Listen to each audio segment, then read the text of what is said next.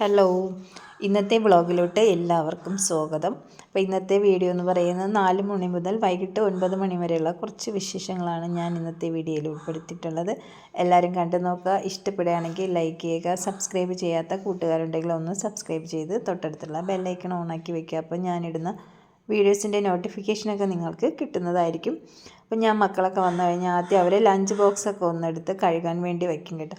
ഇല്ലെങ്കിൽ അത് കഴിഞ്ഞാൽ പിന്നെ ഞങ്ങൾ ഓരോ തിരക്കിലങ്ങ് നടന്നു പോകും, പിന്നെ അത് മറക്കും. അതുകൊണ്ട് ചായക്കുള്ള വെള്ളവും തേയിലയും പാലും ഒക്കെ വെച്ച് അടുപ്പിൽ വെച്ചിട്ട് പിന്നെ അതൊന്ന് കഴുകി വൃത്തിയാക്കി എടുക്കാമെന്ന് വിചാരിച്ചു. അപ്പോൾ ആ ജോലിയും കഴിയും.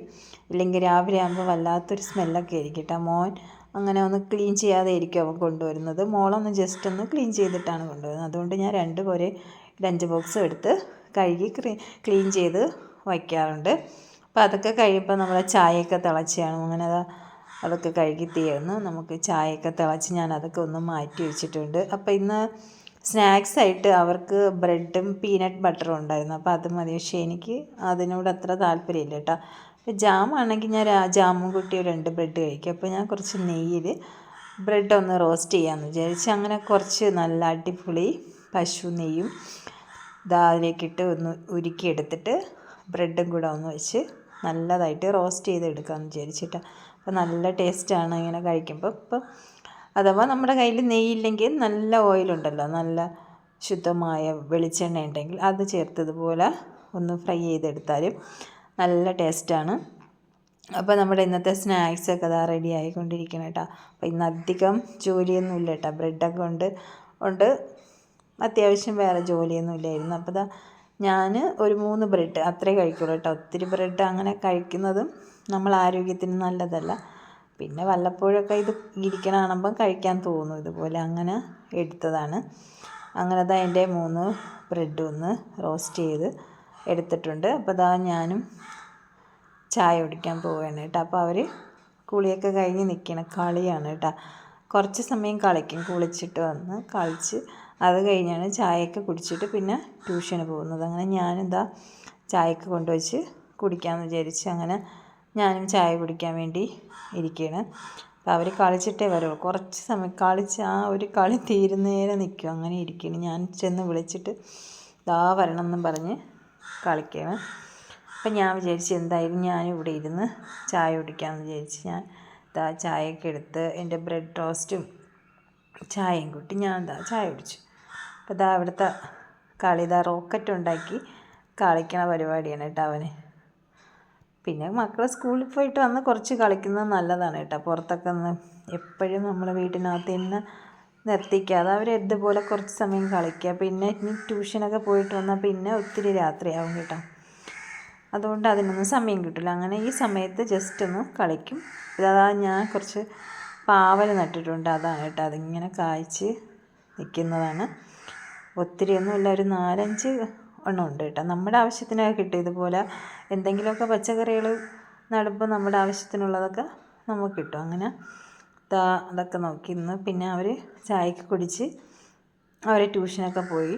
അത് കഴിഞ്ഞ് ഞാൻ ചായ കുടിച്ച പാത്രങ്ങളൊക്കെ ജസ്റ്റ് ഒന്ന് ക്ലീൻ ചെയ്യാമെന്ന് വിചാരിച്ച് അപ്പോൾ അതൊക്കെ ഒന്ന് ക്ലീൻ ചെയ്ത് എടുക്കുകയാണ്.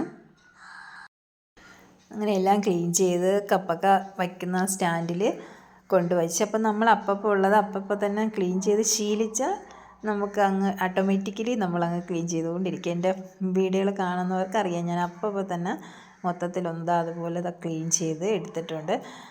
പിന്നെ അത് കഴിഞ്ഞ് ഞാൻ ജസ്റ്റ് ഒന്ന് എല്ലായിടവും ഒന്ന് അടിച്ച് വാരി തൂക്കുക. എല്ലായിടവും എന്ന് പറയാൻ സിറ്റൗട്ട്, ഹാള്, നമ്മുടെ കിച്ചൺ, ഇത്രയും ഭാഗം മാത്രമാണ് കേട്ടോ. സന്ധ്യ ആകുമ്പോൾ ഒന്ന് ജസ്റ്റ് ഒന്ന് തൂക്കുക. എന്തെങ്കിലുമൊക്കെ പൊടികളൊക്കെ കാണും.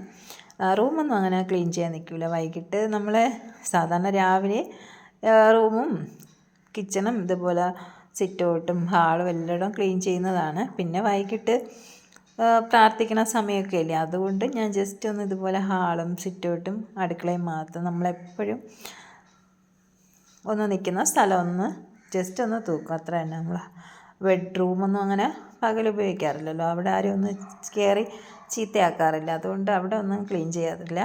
അങ്ങനെ ഇവിടെയെല്ലാം കിച്ചണൊക്കെ ഒന്ന് അടിച്ച് വാരി ക്ലീൻ ചെയ്ത് ഒന്ന് വൃത്തിയാക്കി ഇടുകയാണ്. വൃത്തിയാക്കി ഇട്ടതിന് ശേഷം ഒന്ന് പുകയൊക്കെ ഇടും കേട്ടോ. വൈകിട്ട് ചിലപ്പോൾ കുന്തിരിക്കാൻ പുകയിടും, ഇല്ലെങ്കിൽ സാധാരണ പുകയൊക്കെ ഇട്ട് ഒന്ന് വൃത്തിയാക്കി എടുക്കും വീടൊക്കെ വൈകിട്ട്. അത് കഴിഞ്ഞതാ ഞാൻ കുറച്ച് പച്ചരിയും ഉഴുന്നും നമ്മുടെ റാഗി ഉണ്ടല്ലോ അതൊക്കെ ഒന്ന് വെള്ളത്തിൽ ഇട്ടിട്ടുണ്ട്. ഇഡ്ഡലി ഉണ്ടാക്കാൻ വേണ്ടി അതൊന്ന് അരച്ചെടുക്കുക കേട്ടോ. ഇത് റാഗിയും ഉഴുന്നും ഒരുപോലത്തെ അളവിൽ ഇടും. 1 കപ്പ് റാഗി 1 കപ്പ് ഉഴുന്ന്, അതുപോലെ 1 സ്പൂണ് ഉലുവ, ഇത്രയും കുതിർത്ത് അതൊന്ന് നല്ലതായിട്ട് അരച്ചെടുക്കുക. പിന്നെ നമ്മുടെ സാദാ പച്ചരിയും ചോറും കൂടെ ഇട്ട് അരച്ചെടുക്കുക. നല്ല ഹെൽത്തി ആയിട്ടുള്ളൊരു ബ്രേക്ക്ഫാസ്റ്റാണ് ഇത്. ഇപ്പം ട്രൈ ചെയ്യാത്തവരുണ്ടെങ്കിൽ ഒന്ന് ട്രൈ ചെയ്ത് നോക്കുക കേട്ടോ. നമ്മളെ ഷുഗർ അതിനൊക്കെ നല്ല ഒരിതാണ് ബ്രേക്ക്ഫാസ്റ്റാണ്. നമുക്ക് ഇതേ മാവ് കൊണ്ട് ദോശയും ഉണ്ടാക്കാം, ഇഡ്ഡലി ഉണ്ടാക്കാം. അങ്ങനെ നമുക്ക് പൊടി ചേർക്കണേക്കാൾ ഇതുപോലെ റാഗി ഇട്ട് അരയ്ക്കുന്നതാണ് നല്ലത് കേട്ടോ. അപ്പം നമുക്ക് അതിൻ്റെ ആ തവിടൊന്നും കളയാതെ തന്നെ നമുക്ക് കഴിക്കാൻ പറ്റും. അതുകൊണ്ട് പൊടി ഉപയോഗിക്കണേക്കാളും നല്ലത് റാഗി ഇതുപോലെ വെള്ളത്തിലിട്ട് അരച്ചെടുക്കുന്നതാണ്. അങ്ങനെ അതെല്ലാം അരച്ച് മാറ്റി വെച്ചതിന് ശേഷം ഞാൻ പറഞ്ഞില്ലേ, നമ്മൾ ഓട്ടോമാറ്റിക്കലി അങ്ങനെ ശീലിച്ചാൽ അതുപോലെ ആയിപ്പോവും. പെട്ടെന്ന് കഴുകാനുള്ളതെല്ലാം അപ്പം തന്നെ കഴുകി വയ്ക്കും. അങ്ങനെ അരി അരച്ചതെല്ലാം ഒന്ന് കഴുകി നീറ്റാക്കിയിട്ട് കിച്ചണ് നീറ്റാക്കിയിട്ട് ഇനി ഞാനൊന്ന് പുറത്തോട്ട് പോകുമെന്ന് ചോദിച്ച് നല്ല ഇരുട്ടി സന്ധ്യയായി കേട്ടതാ. ഇത് നമ്മളെ പോസ്റ്റിലെ ലൈറ്റാണ്, ശകലം വെട്ടമുണ്ട്. നല്ല ഇരുട്ടി 7 മണിയായി. അങ്ങനെ ഞാൻ വന്ന് സിറ്റൗട്ടിൽ വന്ന് ലൈറ്റൊക്കെ ഇട്ട് അങ്ങനെ ഇരുന്നപ്പോഴാണ്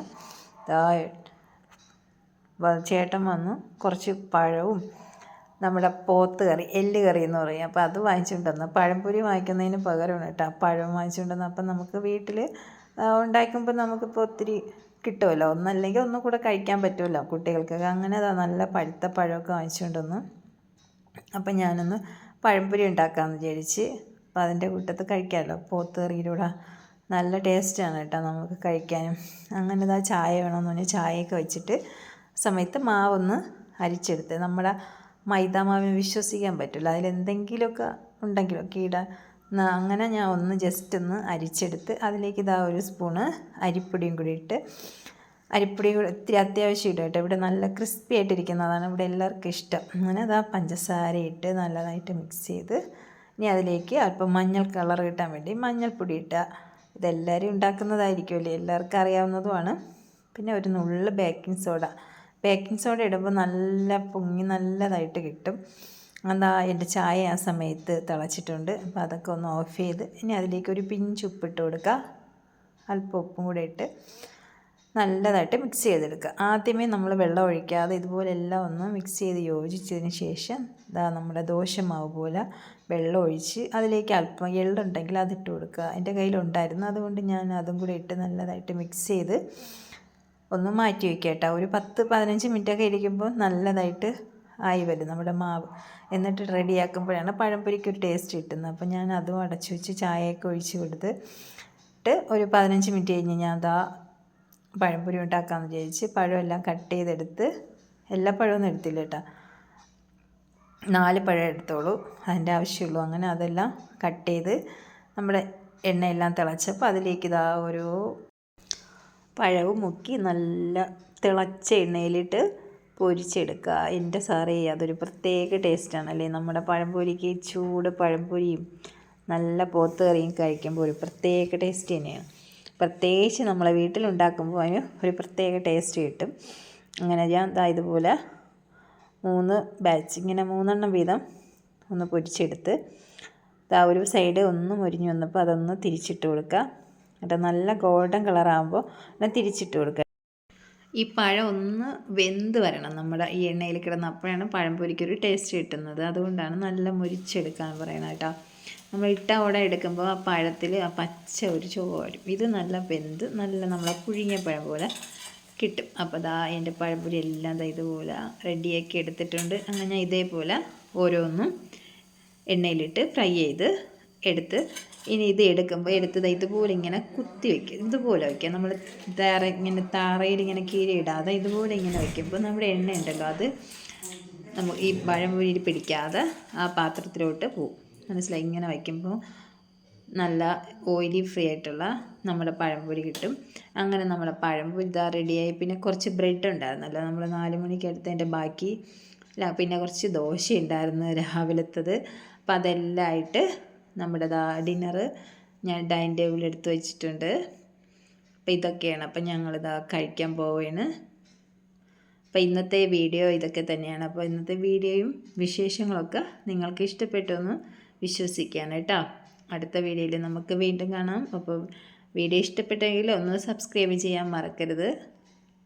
ഓക്കേ, ബൈ.